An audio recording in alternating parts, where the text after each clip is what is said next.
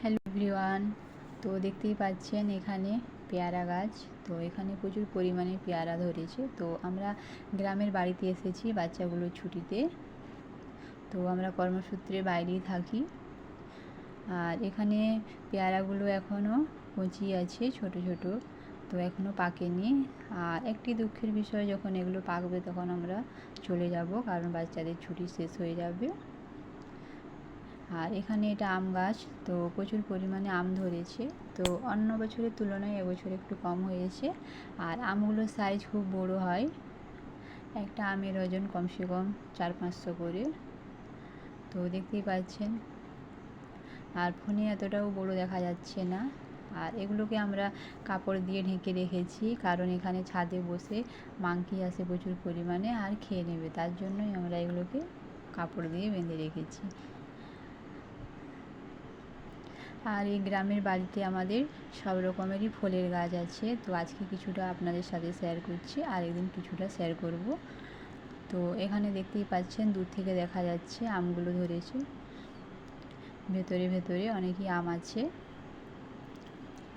আর এদিকে আমি দুটো আম পেড়ে নিয়েছি। এগুলোকে বাড়িতে পেড়ে রেখে দিলে তো পেকে যাবে। আর পেকে গেলে এগুলো খেতেও খুব মিষ্টি হয় আমগুলো। তো দেখতেই পাচ্ছেন সাইজগুলো আমের। দুটোই পেরেছি, কারণ এখনও সেরকমভাবে পাকার হয়নি। আর এখানে জ্যাকফ্রুটের গাছ আছে, যেটাকে আমরা কাঁঠাল বলে থাকি। তো দেখতেই পাচ্ছেন কতগুলো কাঁঠাল ধরেছে। একসাথে কমসে কম 6-7টা কাঁঠাল আছে।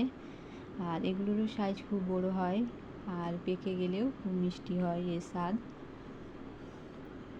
তো দেখতেই পাচ্ছেন কাঁঠালগুলো। আর কাঁঠাল পাকা খেতে কে কে ভালোবাসেন অবশ্যই কমেন্ট করে জানাবেন। আর এদিকে সজনে ডাঁটার গাছ আছে। আর এখানে দেখতেই পাচ্ছেন আম গাছ, ওটা আমাদের গেট। আর এখানে আম গাছের নিচে একটা লিচু গাছও আছে, লিচুও ধরে ওটাতে, পরের ভিডিওতে দেখাবো। আর এখানে দেখতেই পাচ্ছেন আমগুলো দূর থেকে দেখানো যাচ্ছে না। আর এটা হচ্ছে আমলকি গাছ। তো এখনও আমলকি ধরেনি, তো গাছটা বড় হয়েছে। আর এদিকে আবার একটা আম গাছ আছে। আর এখানে বাড়ির পিছনে একটা বেল গাছও আছে। আমরা যখন কোনো শিব ঠাকুরের পুজো দিতে যাই, তখন এখান থেকেই বেলপাতা তুলে নিই ছাদ থেকে।